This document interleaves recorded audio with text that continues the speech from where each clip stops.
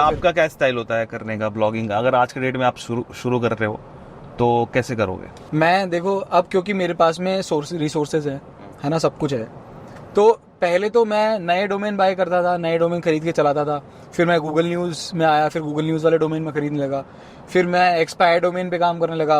अब मैं expire domain पे कोर, क्योंकि मेरे पास में उतना टाइम नहीं है कि मैं कोई नया डोमेन खरीदूंगा, उस पर 6 महीने काम करूंगा, उस पर ट्रैफिक आएगा। अभी मैंने एक्सपायर डोमेन खरीदा, काम किया, और उसमें आराम से within a week traffic आ जाता है। अच्छा। और ट्रैफिक को तो ये एक्सपायर डोमेन कितने में खरीदते हो आप? इसकी कोई लिमिट नहीं। अपना बजट बनाया मैंने। लेट सपोज मेरा बजट है $5,000 का। मैंने $5,000 का डोमेन खरीदा, वेबसाइट बनाई। $5,000 के डोमेन? मैंने $20,000 का भी खरीदा हुआ है। वो काम किया था? वो नहीं, वो काम नहीं किया, पर उसके अलावा $15,000 का खरीदा था। उसने बहुत अच्छा खासा रिटर्न दिया। ओके, मतलब ये भी थोड़ा रिस्क है इसमें, एक्सपायर डोमेन में भी, कि चलेगा कि नहीं चलेगा। हाँ। तो क्या क्या मैट्रिक्स आप देखते हो अगर एक्सपायर डोमेन खरीदते हो तो? मैट्रिक्स तो नॉर्मली जो पहले किसी ने काम किया है उसके ऊपर, कोई ऐसा स्पैम वाला काम नहीं किया होगा, पहली बात। तो उसका वे बैक क्लीन होना चाहिए। वे बैक क्लीन मतलब लेट सपोज, हाँ, हिस्ट्री क्लीन मतलब कि आपकी कोई कंपनी है, आपने उसके ऊपर काम किया है डोमेन के ऊपर, ठीक है। उसके बाद में वो डोमेन ड्रॉप नहीं होना चाहिए। Drop in the sense? Drop in the sense let suppose वो एक्सपायर्ड नहीं होना चाहिए डोमेन। वो ऑक्शंस में ही होना चाहिए।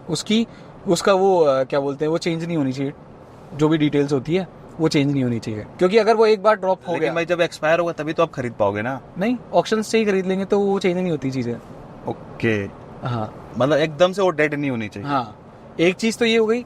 दूसरी चीज, सबसे बड़ी चीज ये होती है कि लेट सपोज एक्सपायर डोमेन पे किसी ने ऑक्शन से बाय कर लिया कोई डोमेन, किसी और ने, और वो दोबारा वापस एक्सपायर हो गया, तो मैं उस डोमेन के हाथ भी नहीं लगाऊंगा, क्योंकि उसको जिसका जितना जूस निकालना था उसने पहले ही बंदे ने निकाल लिया। तो मैं क्यों उसके ऊपर हाथ डालूं? और उसके मैट्रिक्स कितने भी अच्छे हों। फिर जो आपने $20,000 का खरीदा था डोमेन, उसमें क्या दिक्कत हुई थी जिस वजह से आप रिटर्न नहीं बना पाए? कुछ कह नहीं सकते, मतलब सब कुछ अच्छा था। मतलब कभी कभी ऐसे समझ लो कि कभी कभी बहुत अच्छा डोमेन होता है, वो भी काम नहीं करता है।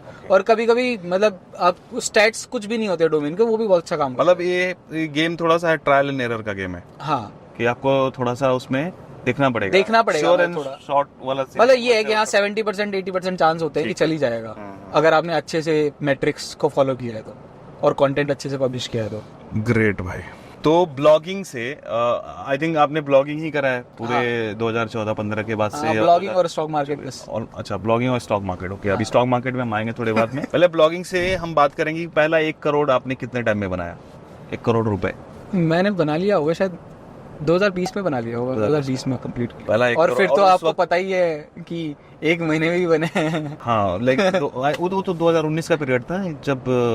नहीं, वो 2021 का पीरियड। 2021 का था ना। हाँ गाइस, एक बात बता दे, वैसे हमने जो सतीश के वीडियोज वाले चैनल पे भाई ने दिखाया भी था कि 1 महीने में इन्होंने $1,00,000 कुछ बनाया। $1,20,000 $1,20,000 के आसपास, जो आज के रेट में होते हैं 96 लाख, है ना।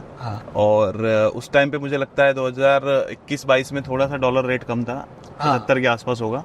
तो भी यार बहुत कमाल है। मतलब 1 महीने में $1,20,000। हम आपको स्क्रीन शॉट यहाँ पे दिखा देंगे। तो मतलब कि 1 करोड़ आपने बनाया 6 सालों में, 5 सालों में, और फिर 1 करोड़ बना लिया 1 महीने में। वो क्या फीलिंग रहती है? वो फीलिंग तो अच्छी है। वो ऐसे, वो एक सेइंग नहीं है क्या कि पहला 1 करोड़ बनाना बहुत टफ है। उसके बाद में इजी हो जाता है करोड़ बनाना।